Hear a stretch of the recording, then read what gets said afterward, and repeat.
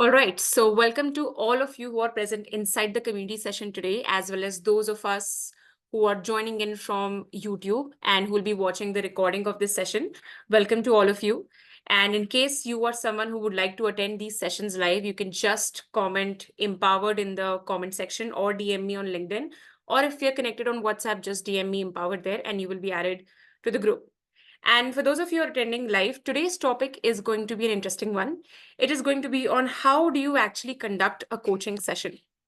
Now, one thing I will tell you, and it is an ideology of mine, which you will find a lot of senior coaches don't advocate, is there is a sense of obsession, okay, that people have about being a coach who is, coaching in a way a certain certification has told them to. Now, let me explain what do I mean. So there are different certification bodies in the world, okay? There is coaching federations in Europe, there are coaching federations in America, there are coaching federations in India, there is ICF, there are many coaching federations. And one thing I have found is that a lot of coaches get very attached to the fact that I will coach just the way I have learned in the certification process.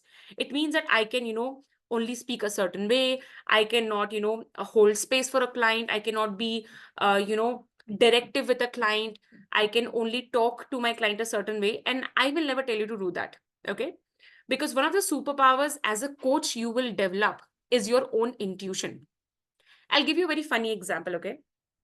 A while back, maybe about a year back, I think, someone came to me in a clarity call and it was a coach. And they told me that, Rianshi, I want to get coached by you. And I coached them for a while. And they told me that, you know what, Rianshi, you're not coaching me in the ICF way. I want you to coach me in the ICF way. And I told him that I don't do that. When people sit with me, they get experience, which is called the Rianshi experience. When they sit with me, they get a coach like me. When they sit with me, they get the experience of me. I don't coach according to a certain certification body, right? And they said that, you know what, I did not know that. I wanted, I thought that, I have to coach a certain way. And I said, that's a very big limiting belief. And this is something that I found in a lot of coaches. Okay, they go to certain certification bodies, right? They learn how to coach from there, and then they get confused when they're sitting with the client that, oh, you know what, I did not learn this in my certification process. What do I do now? Right? So they put more trust in the certification body. They put more trust in the trainer. They put more trust in their certificates and what is written on that than themselves. And that is something that you should never go, on. That is a rabbit hole that I never want you to go down in. As a coach, your belief in your own coaching abilities, your intuition is going to be the reason why people buy from you. I have never had someone who has bought from me because I know a certain coaching modality. And I say this in every single session I've done with you guys. I have a lot of certifications. I don't talk about them. I have number of coaching cards, but I don't talk about them because it's irrelevant. It's irrelevant how many certificates I have. It's irrelevant how much knowledge I have. It's irrelevant how many coaching hours I have done, which a lot of people seem to be obsessed by. 1,000 hours, 2,000 hours, 3,000 hours, and all of that. It is irrelevant. You know what makes a coach? When they solve a problem. That's it. If you can't solve a problem, if you don't have paying clients, then you are not a coach. You are someone with a certification. That's it. So even though, I have a training and certification program coming up for life coaches, I don't want you to rely on it in a sense that this certification is what is going to give me the validation. Your belief in yourself as a coach and how you develop it is going to get you clients. It's going to make you a great coach. Because a job of a coach is to take a client from point A to point B. It does not matter what is backing you up. A certification is nothing but you, learning. Okay. It's a way you learn. Getting trained is you getting, let's say, refined in your coaching skills. It doesn't actually mean that you are a good coach. It just means that you are a coach. Yes. A good coach is someone who doesn't stop investing in his brain. A good coach is someone who works on himself, and a good coach is someone who believes in his or her coaching ability, right? And it should not take you a certification. It should not take you, a validation from a certain board to believe that you're a good coach. I know a lot of coaches who have spent immense amount of money on certificates, but they don't even have 10% of clients the way I have. And they talk about the certification every single day. I am this certified, I am that certified. It doesn't matter. It doesn't matter. Okay. So the conversation we'll be having today is about how do you actually conduct a coaching session. But again, I want to tell you, this is a rough structure. Okay. It doesn't mean that you follow this as a by heart rule, that this is exactly how it is supposed to be. Even today, right, after being in the coaching industry for a while and after having coached hundreds and hundreds of people, even to this day, I don't follow certain coaching standards. I follow my intuition. Sometimes when I'm sitting with my clients, they need emotional support. Sometimes my clients need a reality check. In that, at that point of time, I am a hard coach. Sometimes my clients just need space. Sometimes my clients need time to reflect on their own thinking. And at that point of time, I'm silent. Right? So what we are studying today is for you to understand a little bit of structure as a beginner coach. Of course, when you're inside the training program, I will be coaching you around how do you actually develop this intuition? How do you deal with different types of clients? And how do you actually instill this deep sense of belief in yourself as a coach? Right? So please understand that a structure is just for you to get an idea. It is not something to anchor your self-confidence on. Okay, never do that. As a coach, your self-confidence is your biggest superpower. Because understand this, okay? Now, I don't know how many of you are coaches right now, or how many of you are going to enter into the coaching world, or yada yada. But I'm treating you all the same, because I know that I know one thing, okay? Anyone who's ever interested into coaching is someone who values personal growth.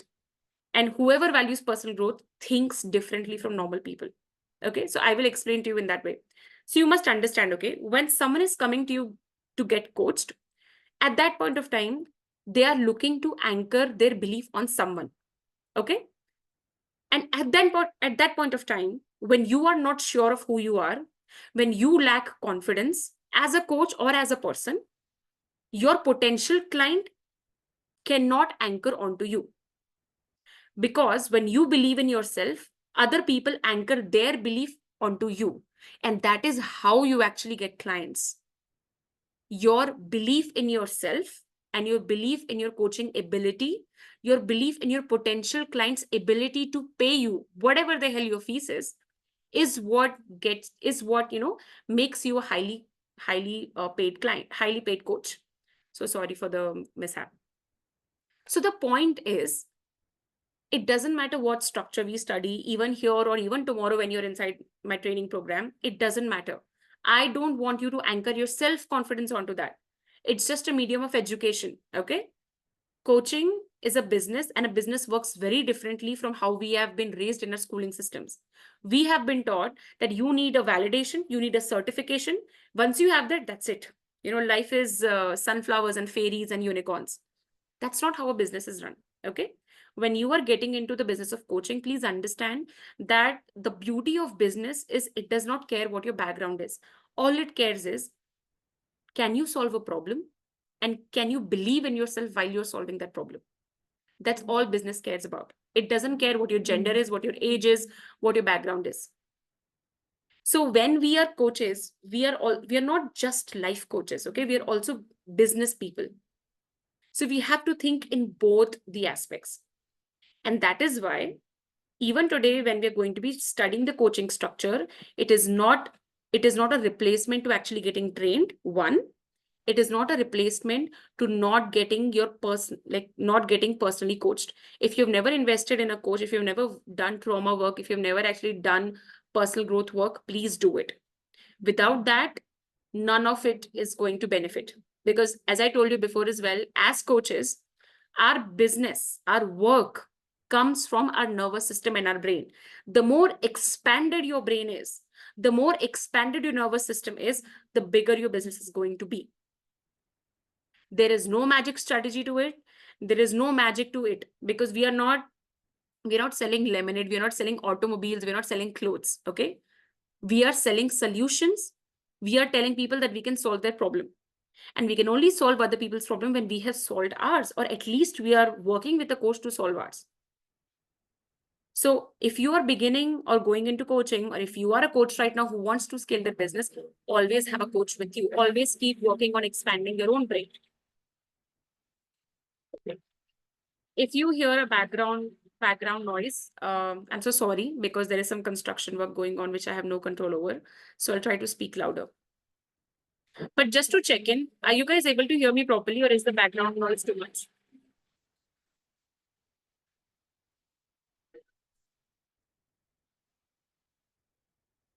No issues. Okay. All right, great. Let's just hope it stays that way, because I have no control over the construction noise, unfortunately. Okay, I'll share my screen now. Just let me know when you guys can see my screen. And by the way, I see a lot of new faces today. So I think some of you are new here, or maybe some of you are attending the session for the very first time. If you have missed previous sessions, just go to the group description that we have in our WhatsApp, right? And you will find all the previous sessions on YouTube. I've put it all on YouTube. Is my screen visible to all of you?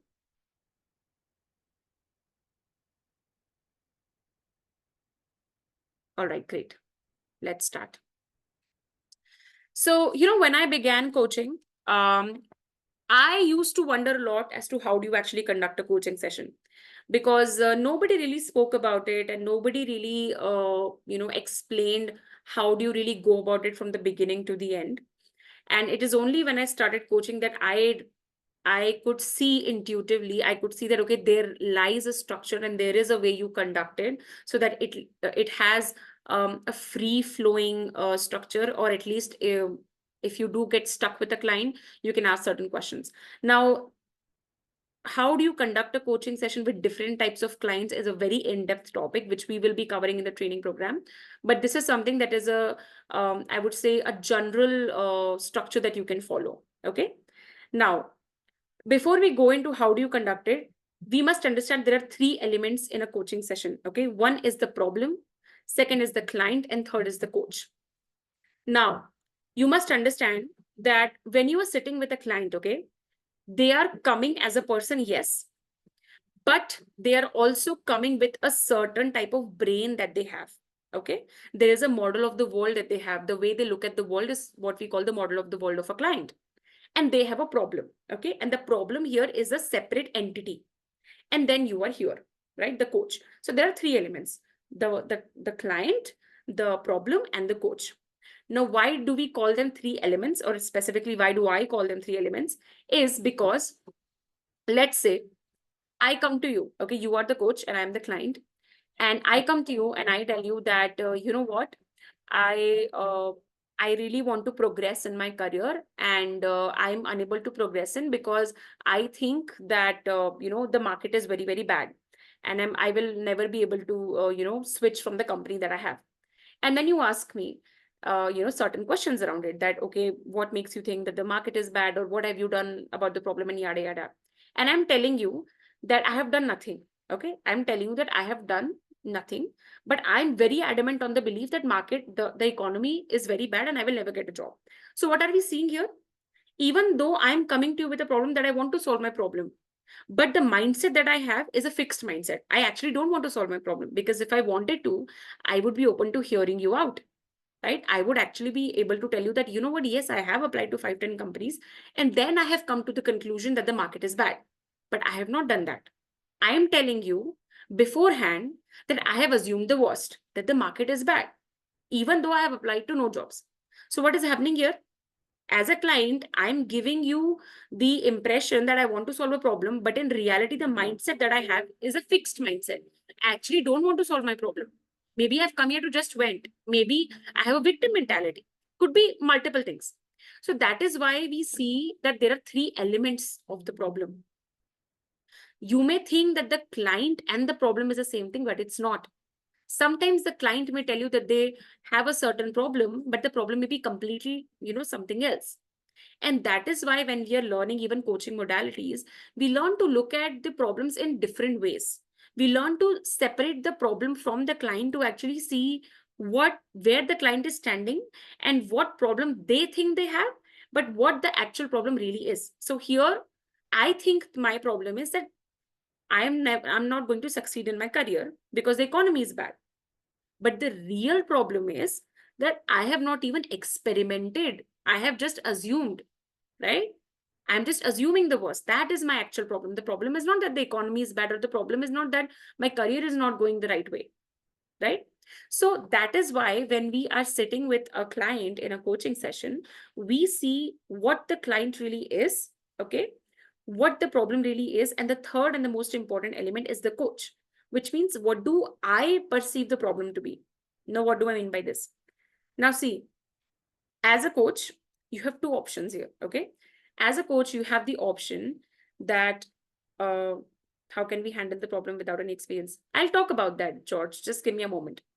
So as a coach here, okay, you have two options, okay? Either you can directly tell me that, how can you say that the, economy is bad, or okay, economy is not bad. You can try to motivate me. No, no, it's not bad. Look at the bright side and yada, yada, yada. Or you can direct blame me that, oh, how can you say this and yada, yada. So in both the cases, what is happening is either I'm blaming, either you as a coach are blaming me, or you're trying to motivate me, which is what most untrained coaches do. They either go towards motivating the person, making them feel good in the moment, or they will go towards pushing the person. We don't want to do either of that. Okay. We want to understand where the gap exists. We want to understand, why does the client think so negatively? We want to understand, why does the client assume the worst even though they have not actually experimented, right? So which brings me to the question which George has asked, that how do we actually how can we handle the problem without any experience? So I want to ask George, what do you mean by experience? You mean experience in coaching, or do you mean experience in life about the problem that the client is bringing in? I wanted to specify here. Both. Okay. So if you don't have coaching experience, it means that you need to do coaching hours. You actually need to complete your hours. And when you're completing your hours, you need to use the training modalities that you've learned while you were getting trained, right? So for example, when you're undergoing your coach training, you will be taught different models to use when you're coaching, right? For example, you will be taught how to coach someone, when they have a certain type of personality. For example, one of the modules I'm including in my coach training program is how do you actually coach someone who has a victim mentality or who has a very fixed mentality, right? So you will learn that in your training program. Okay. If you have not gone through a training program, you can, whatever program suits you. Second, you asked that life experience. So one thing that a lot of coaches have doubts about is, how can I help someone, with a problem that I have never encountered? And that's when you need to know, you don't coach the problem, you coach the person. Okay. So let's say someone comes to me. See, I'm not married. Okay. I don't have kids. Yet 95% of my clients are married and have kids. Okay. Because most of my clientele is in 30s, 40s, and 50s. Yet most of my clients are older, right? Because I'm not coaching the problem, I'm coaching the client. When you are coaching, you must understand you're working with the brain and the heart. You're working with the emotions and the thoughts. It doesn't matter whatever problem the person is coming with, it's always about the thoughts and the emotions. So when you're undergoing the coach training program, that's what you're learning.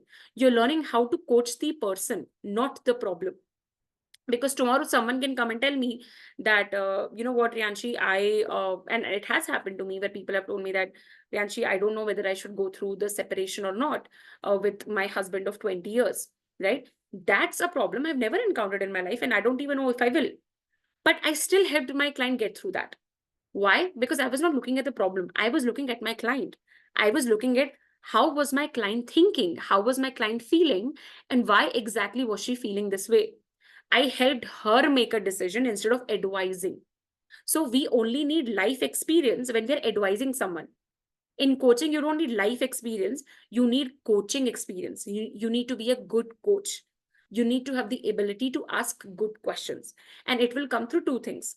One is you actually undergo coach training program and you complete your coaching hours. So that will give you a sense of confidence there. Second is you actually go deeper into your own personal growth, which is working with your own coach, which is expanding your own brain, learning how to think differently and how to think better, right? That is why as a coach, you always need to have a coach with yourself so that you always have a thinking partner with you, right? Okay, so I hope it answered your question. We'll move forward. All right. Now we will come to how do you actually conduct a coaching session. So the very first part of a coaching session is building a rapport. So for example, someone has come to you and they're sitting with you for a coaching session. The very first thing is you build a rapport with the person. You just don't directly jump onto, okay, what is the problem that you have?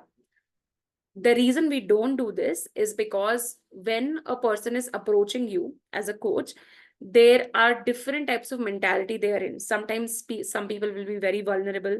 Sometimes some people will be a lot of time at unease. Sometimes some people are carrying a lot of mental load that they have had during the day into the session. So they don't actually have the space to be in the session. This also happens. Sometimes people have so many things going on in their head that they don't actually have the space to be in the session. So there could be different types of energies people can be carrying. So the very first thing we do is we build a rapport so that the person can disconnect from their old energy and come to the new one and actually be centered when you're having a coaching session, right? So a few things you can do is you can ask basic questions like, where are they from? What have they been doing? How has their day been going? And if there are some common things that you can bond on, for example, breaking the ice by finding something common between you guys, like let's say you come from the same city or from the same state, same country or something else, right? Another great thing to do to facilitate building rapport is, let's say, doing a small grounding exercise of, let's say, meditating for a few minutes, or helping the person bring their breath into the moment by doing some breath work exercises, or doing some grounding technique where you're helping the client basically focus in the moment, right? So building a rapport can look differently for different people, right?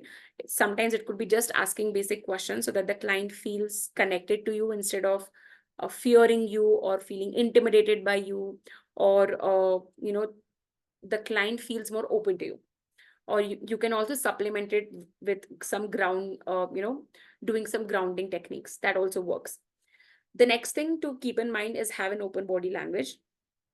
Another thing you need to know as a coach is that we are doing, okay, I think I have one more question. I'll come to that question later, George. So one thing you need to know, that the work that we do as a coach, okay, is very intuitive, all right? Which means just the way you as a coach, because most coaches are very intuitive by nature. Most coaches are very energetic by nature, okay? That's why they get called into this work. Just the way you can read your client's energy, a lot of time people who get into coaching can also read your energy as a coach, because they are also sensitive. They are also into personal growth. They are also somewhere facing some amount of crisis, which makes them highly sensitive to your energy.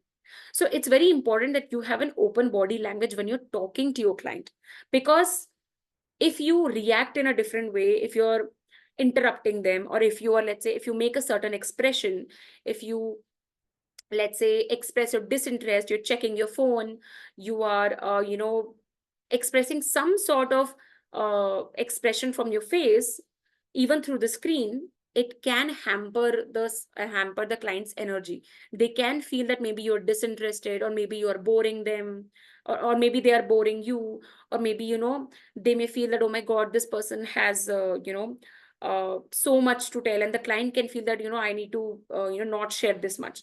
So you need to be sure that you have an open body language, okay? Which means that, and this will come with practice, of course. I don't expect you to be an expert right away, but this will come with practice, where you are neutral in a conversation, okay? Where you don't have a tone which is either sarcastic, or in a way which make the client feel small, or which may make the client feel that, oh my god, they've done something wrong. Because you must understand that as a coach, you will hear a lot of stories, okay?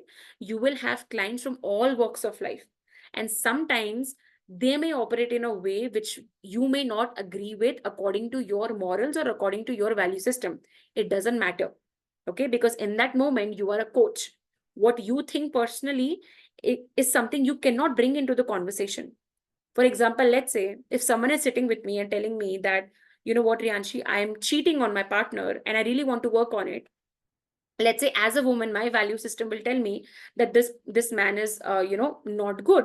This man is not, ethical, right? That's my personal opinion. It has nothing to do with who I am as a coach. My job is to help my client.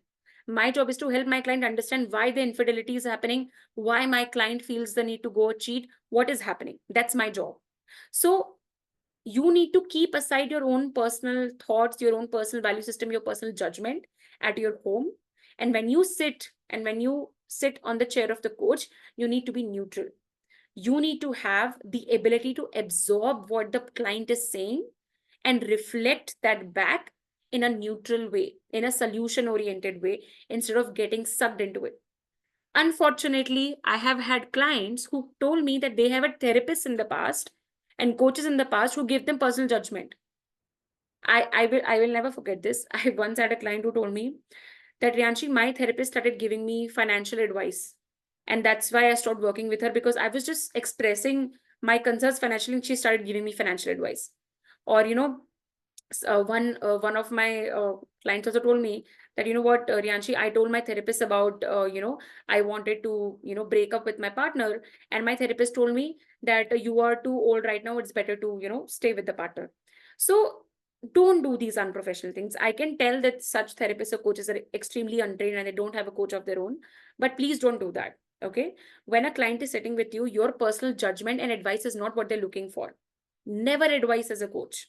Only and only when your client is outrightly asking you and you feel that the advice is neutral, go do that. Because see, there is nothing wrong in advising, but you must understand that if you don't have that level of experience as a coach, and also when you don't have that level of rapport with the client, for example, it's a new client, then you don't know, okay, where they're coming from, the way they think. If you have worked with a client for 6 months, 1 year, yes, give them an advice. Maybe sometimes give an advice because you think it's right, but don't give unsolicited advice. That's what happens to people. They start advising. They think that, people need my advice, I have such good things to say. And it happens to a lot of coaches because they come with a lot of motivation and high energy that, I want to get into the personal growth industry, I want people to listen to me and stuff like that.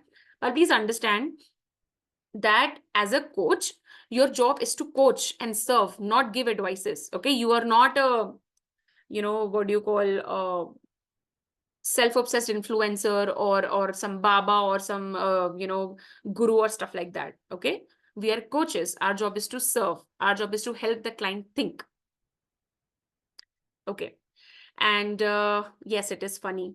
It does happen because I have seen people do that, unfortunately. So I think George asked a couple of questions, so I will answer them.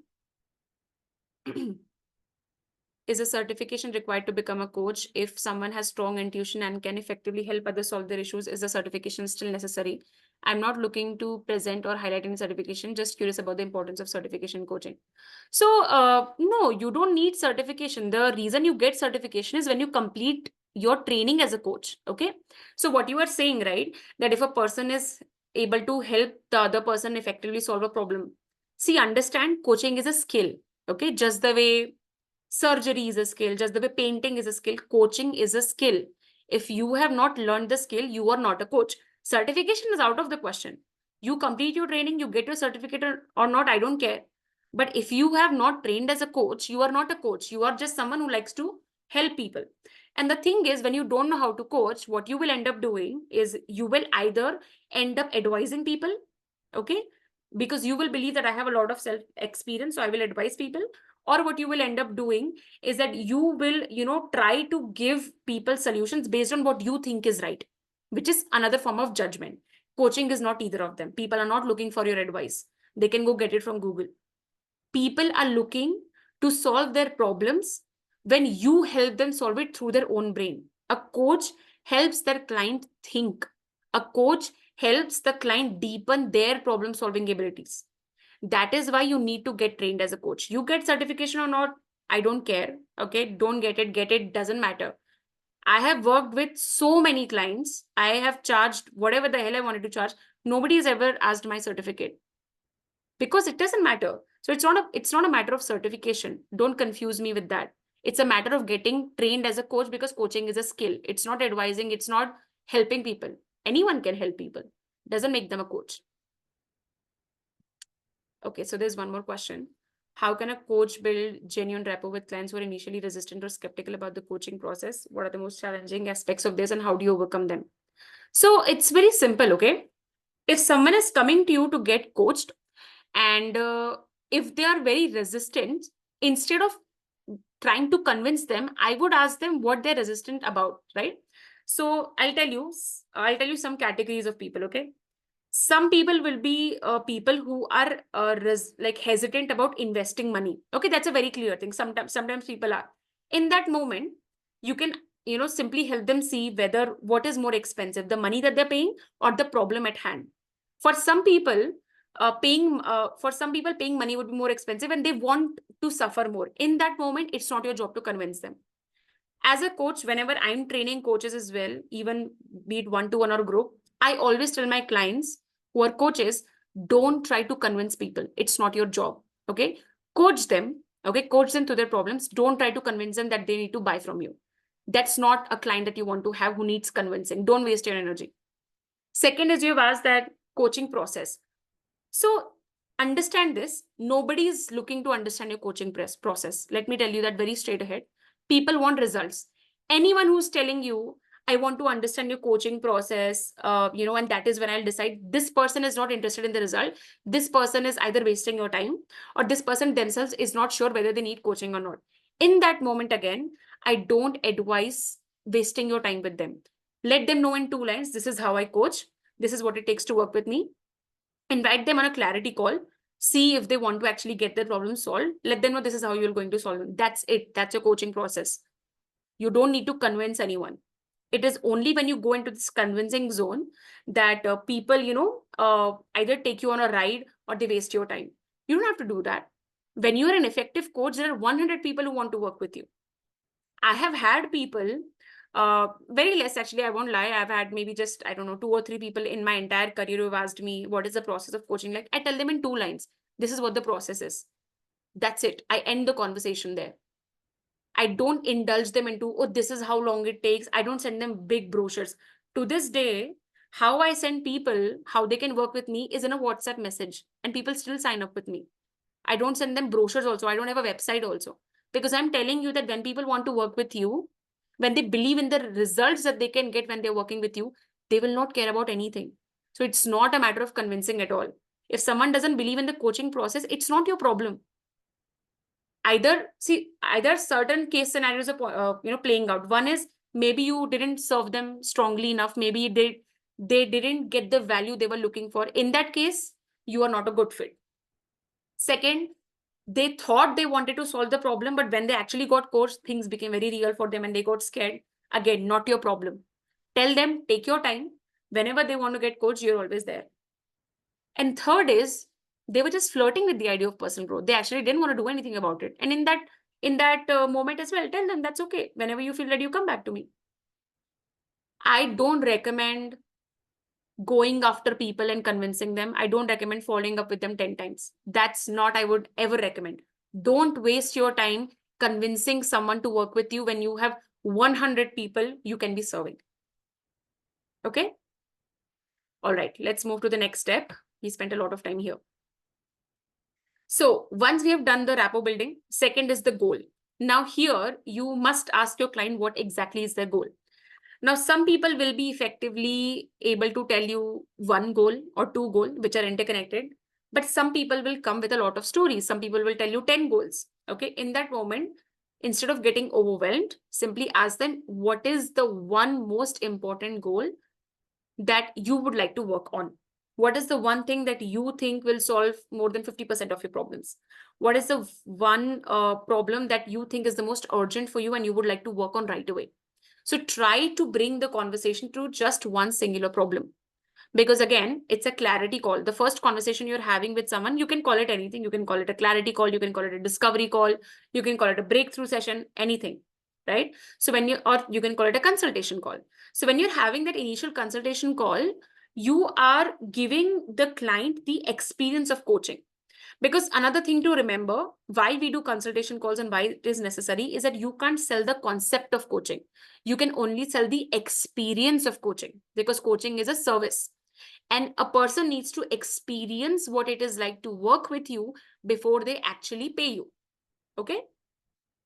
So that is the first thing that we do. We must first offer a consultation call so that the person gets to experience what it is like to work with you. So here, your job is to bring the problem down to one singular thing so that you and client both have the clarity. Okay? Ask them to focus on one major goal. And after you are, done focusing on one major goal, that is when we come to the background information. That is when we, start asking more and more questions about what exactly is the problem really about. Now, why do we do this? See, a lot of times when a person is telling you a certain problem, it doesn't mean that they have not tried the solutions that you will be giving them. Sometimes they have tried more solutions than you can think of, but they are feeling stuck because of a completely different reason. Okay, this is so being able to understand this depth is also something that you will develop when you get trained as a coach. One, second, when you have a coach with yourself, right? So that is why it's so necessary to get trained. Again, certification, I don't care. You have it or not, I don't care. Personally, I've never advertised my certificate because it is useless. What's the point of showing a paper, right? So the point is that we have to understand the depth in which the client is thinking. Okay, so here ask questions like, how long have they had the problem, right? Has it developed in the last 6 months, 1 year? Have they had this problem since their childhood? So this will give us an idea about whether this problem is new for them or whether this is like a part of their personality. For example, let's say that I come and tell you that, you know what, I always think horrible about myself. Like I can't believe in myself, right? So let's say you start coaching me. Oh, this is what you should do. This is what it is. Instead of first asking me, how long have I had this problem, right?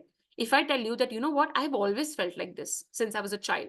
So this problem is not new for me. This problem has always been there, which means that there is a high chance I have tried a lot of things, right?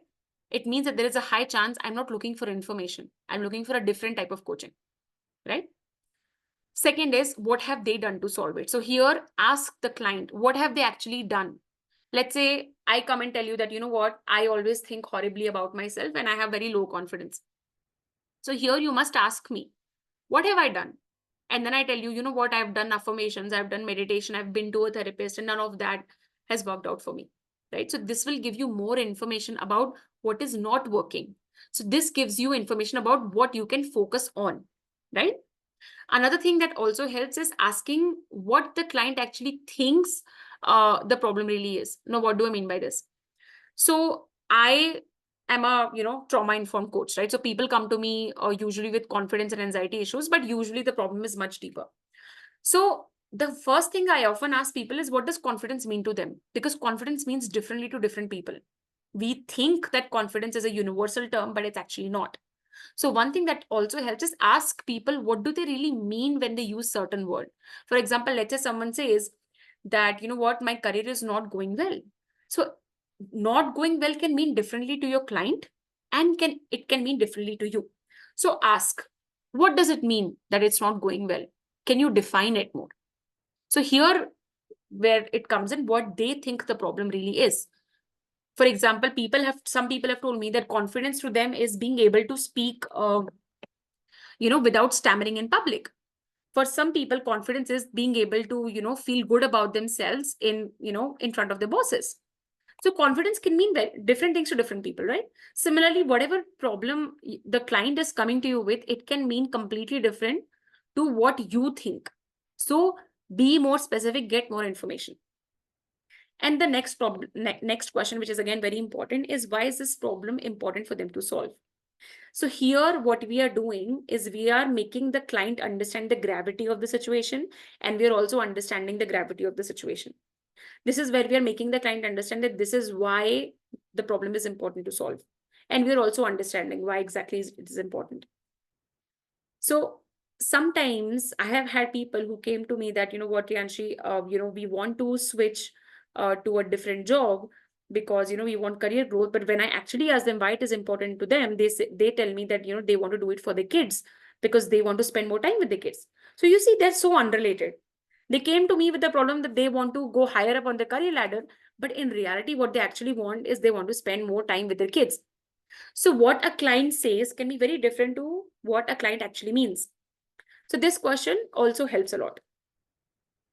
Then again, this fourth step, incredibly important. This is where you identify the client's model of the world, which means how does your client actually think?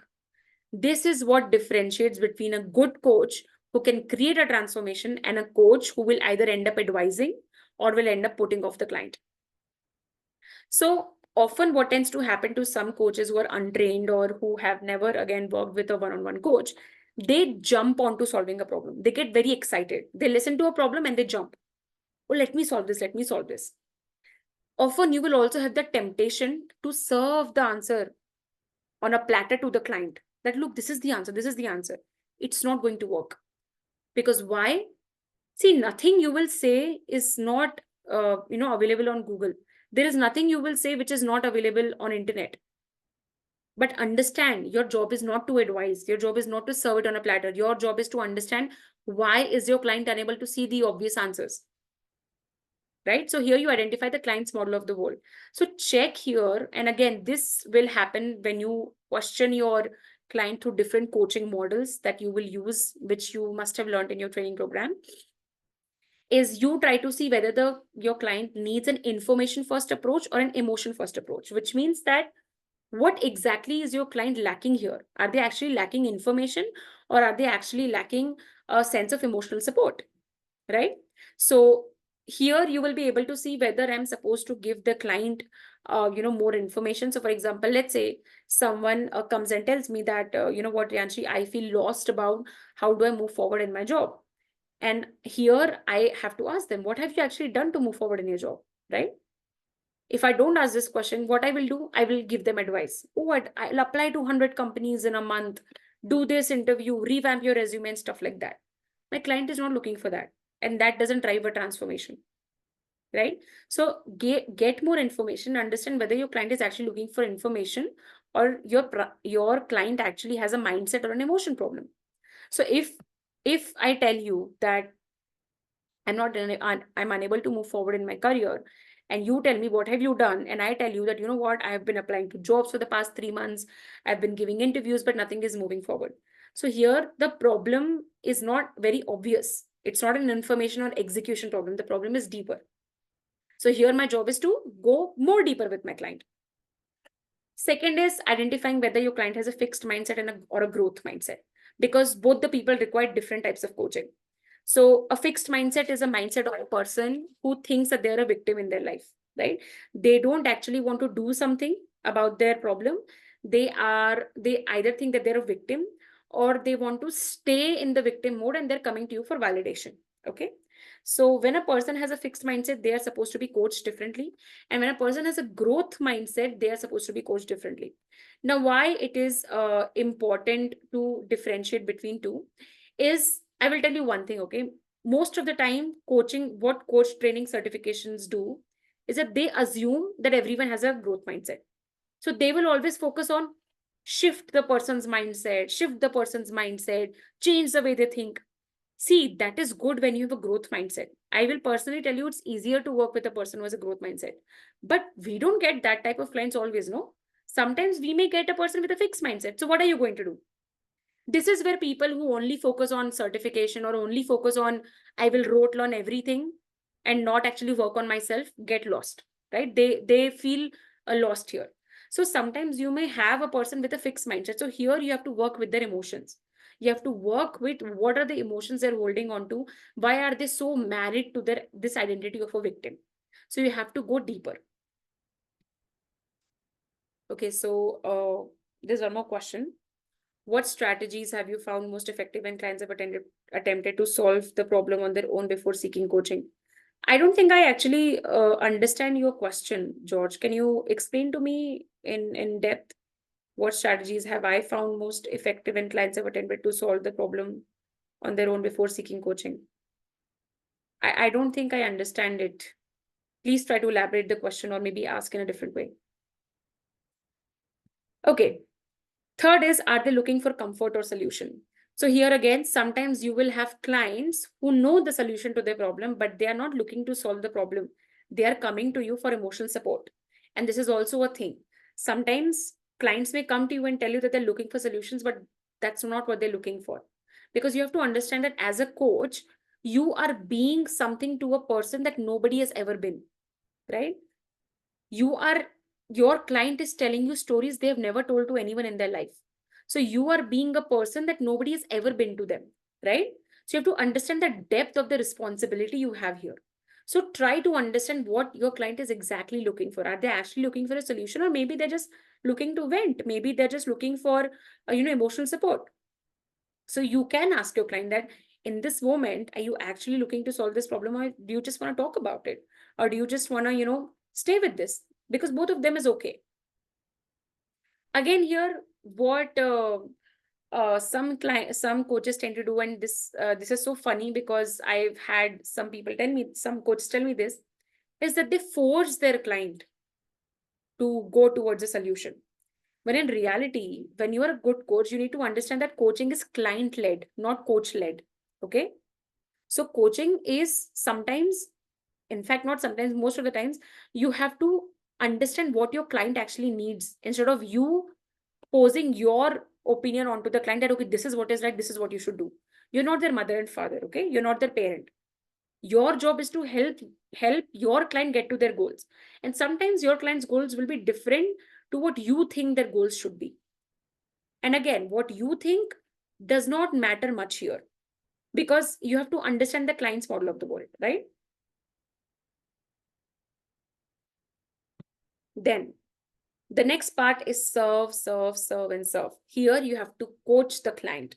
And how do you coach? There are different modalities you use for coaching, right? This is something you will learn in the coach training program in case you choose to enroll. The next one that I'm launching.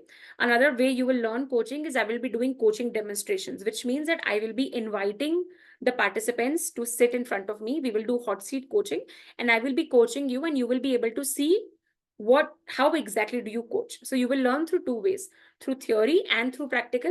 And another thing we will be doing is a peer-to-peer coaching, which means that you will be paired in groups and you will also learn how to coach each other, right? So you will be learning through two things, theory as well as practical. Another way, a very effective way to learn coaching is also get coached yourself. So see, having a coach with yourself is a non-negotiable. If you're a beginner coach, have a coach with yourself, have a one-on-one coach with yourself, because you need to work on your personal growth as a coach, because you can only take a client as deep as you have been. For example, I have a confidence problem and someone is coming to me to get their confidence problem solved, and I'm sitting here, oh my God, this person has the same problem as me. How do I solve this? I can't. I can fake, it's not going to work. I can go Google that, oh my God, how do you solve this? And I can tell them some Google copy strategies, not going to work. My client is going to sense in a second that I don't know what I'm doing. So as a beginner coach, always have a coach with yourself. And so one way you also learn coaching is you see how your coach is coaching you. A very effective way to learn how to coach is also observe the methods and strategies your coach is using on you. That's also a very good way to learn. And this, as I told you just a few minutes before, coach the client, not the problem. Okay.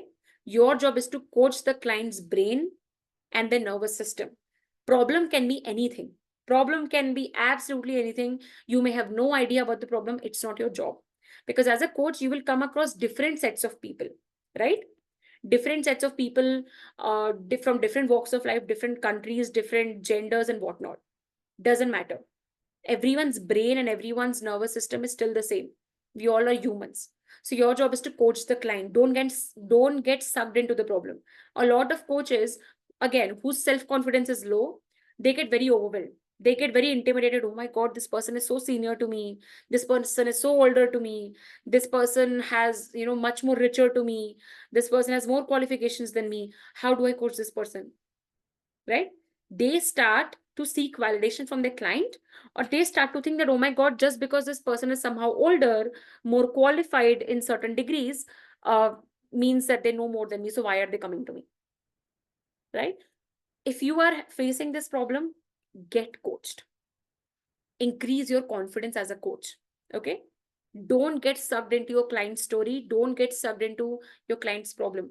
Coach the client. And second is being versus doing.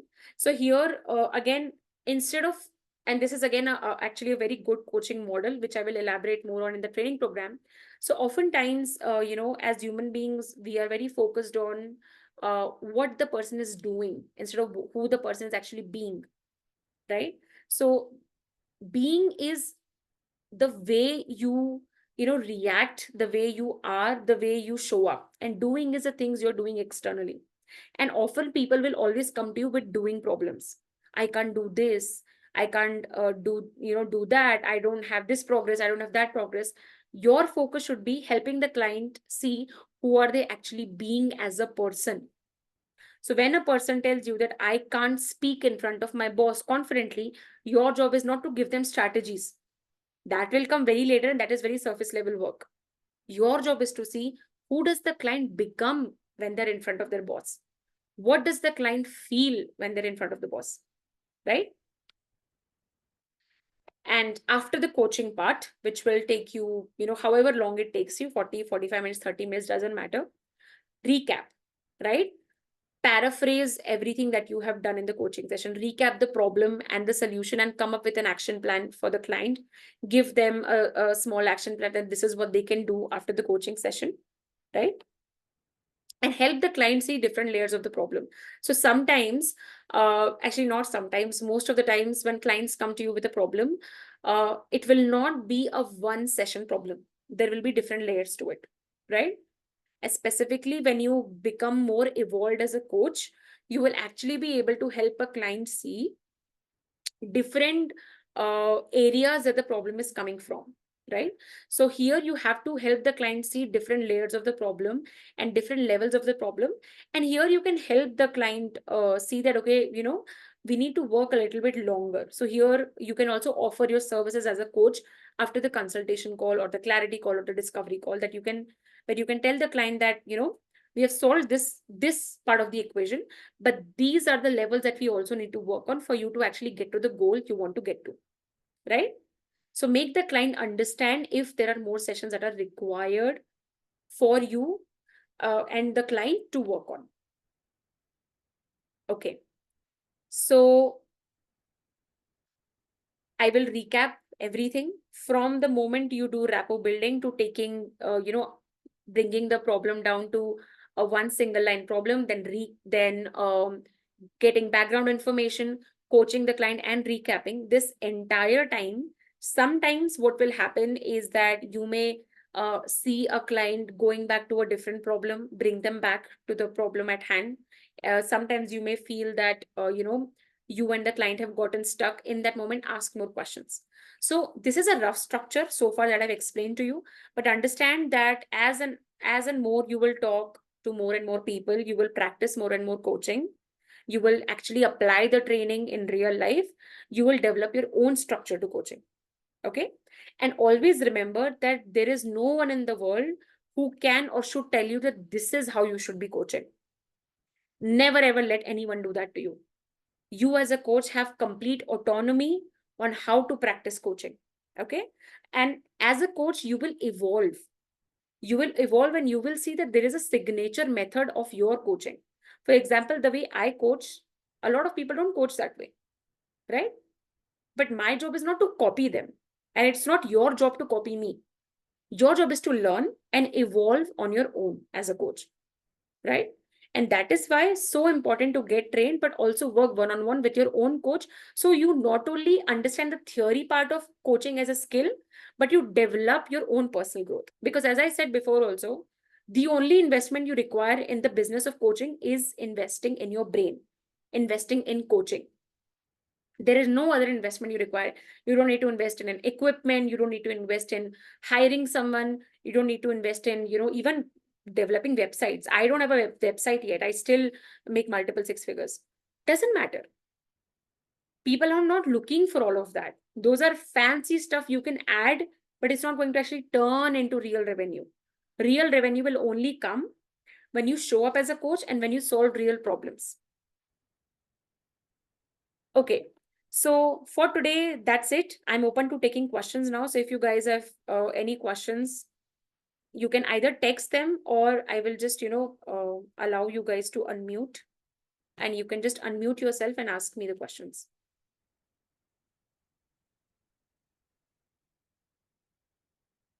Okay, I've allowed you guys to unmute.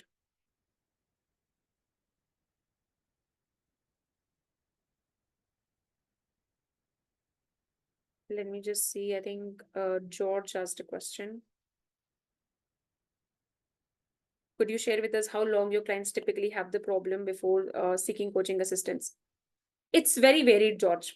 So I will tell you, because as human beings, we're very unique.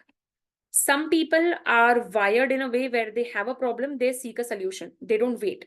But some people, because of the past trauma that they have and the kind of families they come from, they may choose to suffer longer. Okay, so this question you're asking, there is no right answer to that. I have had people who had a problem and they came to me to get the solution, to get coached. I have had people who have had problem for decades and then they came to me.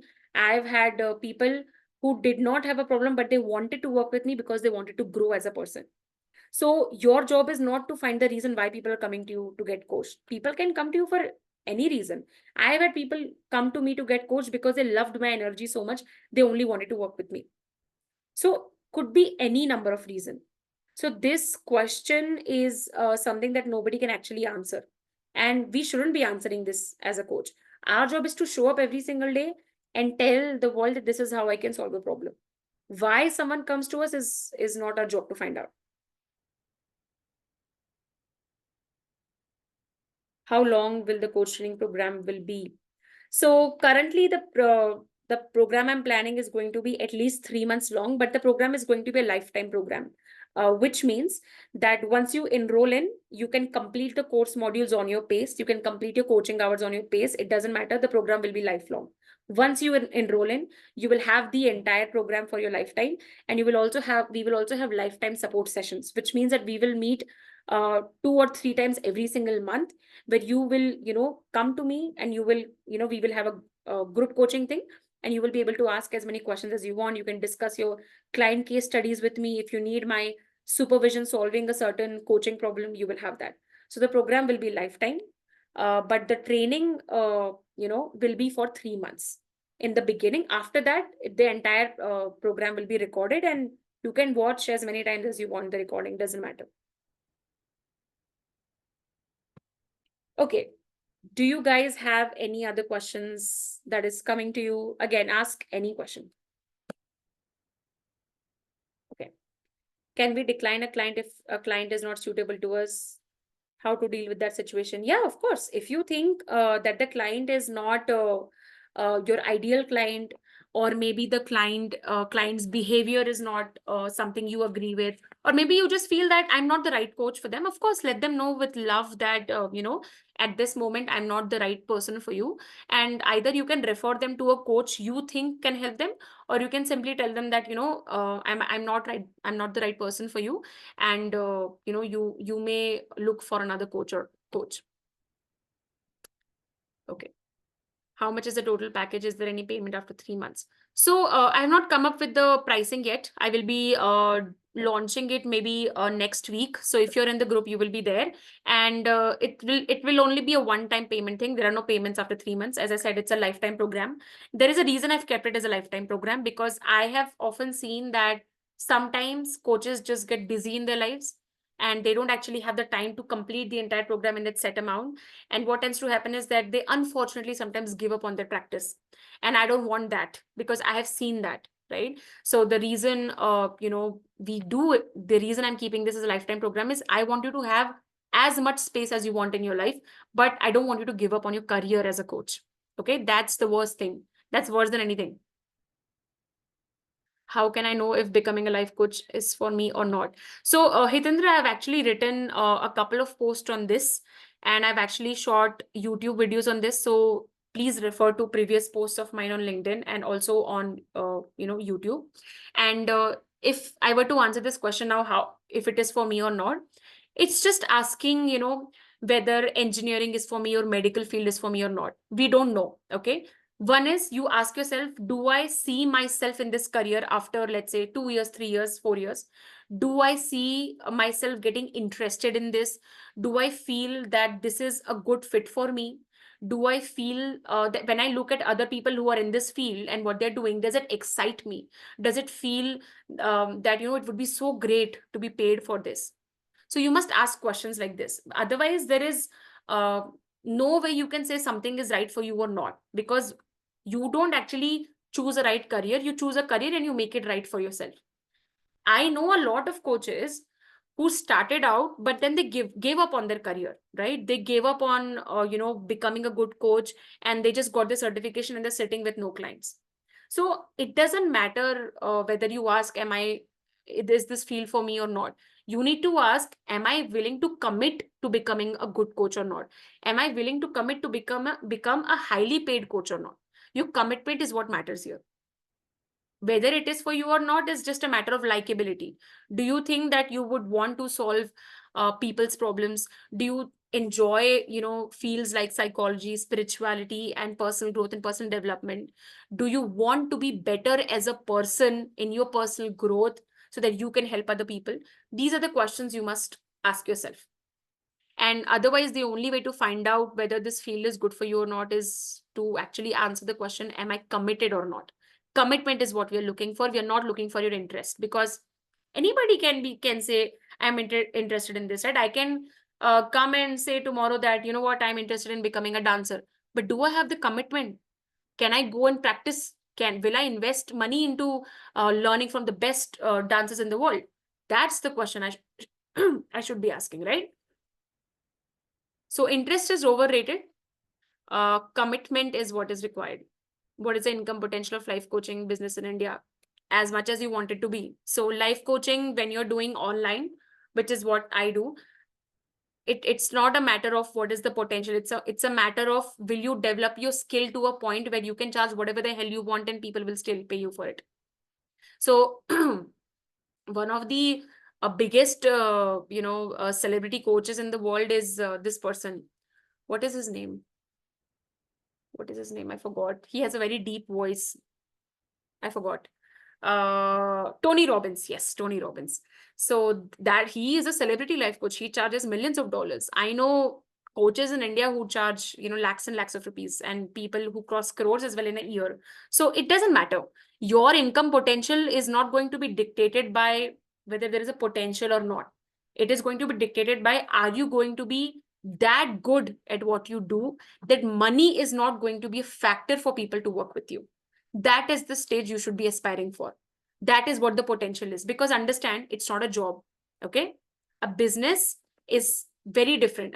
In a business, sky is the limit. A business demands commitment from you. Potential is the word we use in jobs, that, oh, this is the market standard. This is how much hike you can get. That is a job mentality you need to work on. You need to get rid of. Okay. In a scenario, you're coaching someone who expresses enthusiasm for their goals but consistently falls short on follow through. How do you distinguish between their interest in change and their actual commitment to it, especially when their actions don't align with their expressed intentions?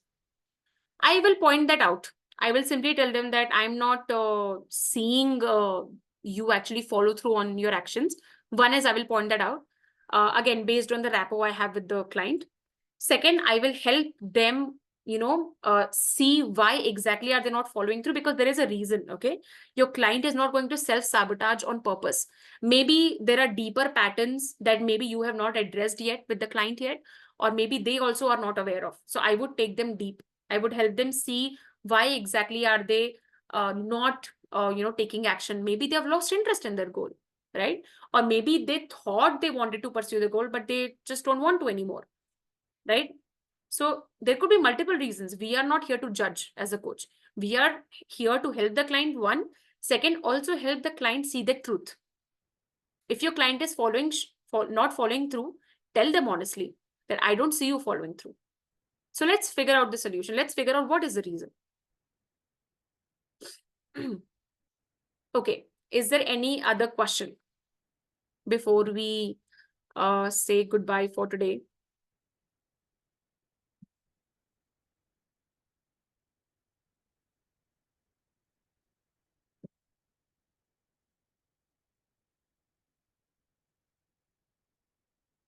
Okay. How will you handle the client who will keep on spiraling on the same topic, like they repeat the same problem again and again and say everything is okay? It means that you have not actually solved the problem for the client. If the client is bringing up the same problem again and again, it means that you have not actually solved it for them. So here, solve the problem for them. Okay, help them see. So here the problem could be of two reasons. One is you have discussed the problem on the surface level, you have discussed the solution. Second, the problem is deeper and you're unable to solve it for the client. So here, try to understand why exactly are you not able to solve it for the client, or have more discussions around it. Because your client will not bring up something again and again because they're stupid. They're bringing up something because it's still a problem. So if it is a problem, help them solve it. Understand that maybe the problem may have deeper layers and you have to go deeper with the client here. Maybe the client doesn't understand the problem at that level. Your job here is to help the client understand with patience.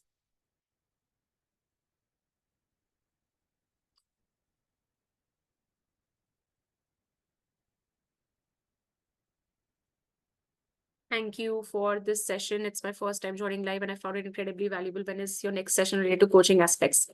So our next session is actually tomorrow on Sunday. And I will be giving the time out tonight because I have a couple of calls scheduled for tomorrow. So I will give out the time tonight.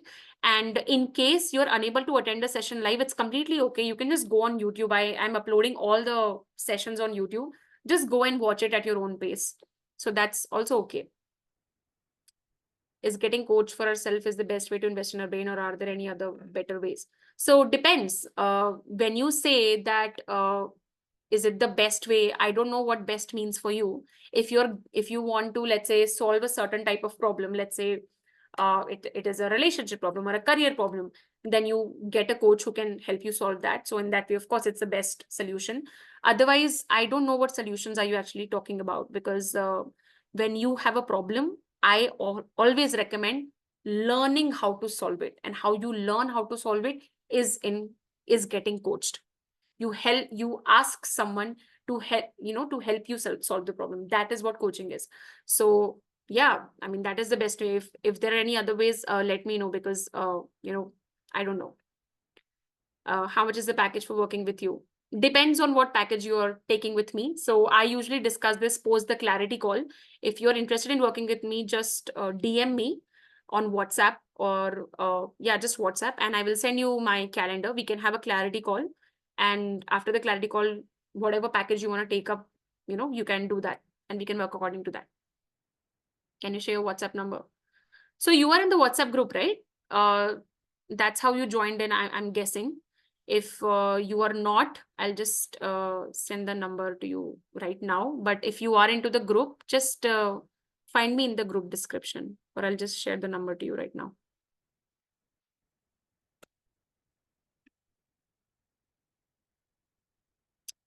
Okay, I've shared it, but you will be able to see me in the WhatsApp group. So just like click on that and you will find like personal message. So just message me there. All right. I think we've covered all the questions for today. I loved hosting all of you. Tomorrow we'll be covering the topic, how do we create our first 10 paid clients, right? And tomorrow we'll be discussing both strategy and the energy around it.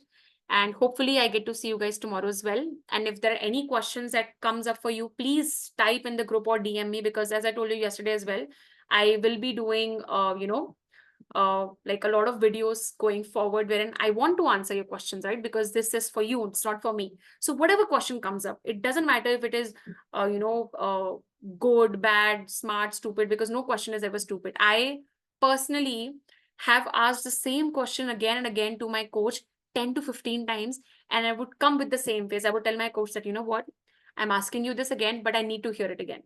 Because sometimes we need to hear something 10 to 15 times for it to actually, make its home in our brain and our nervous system.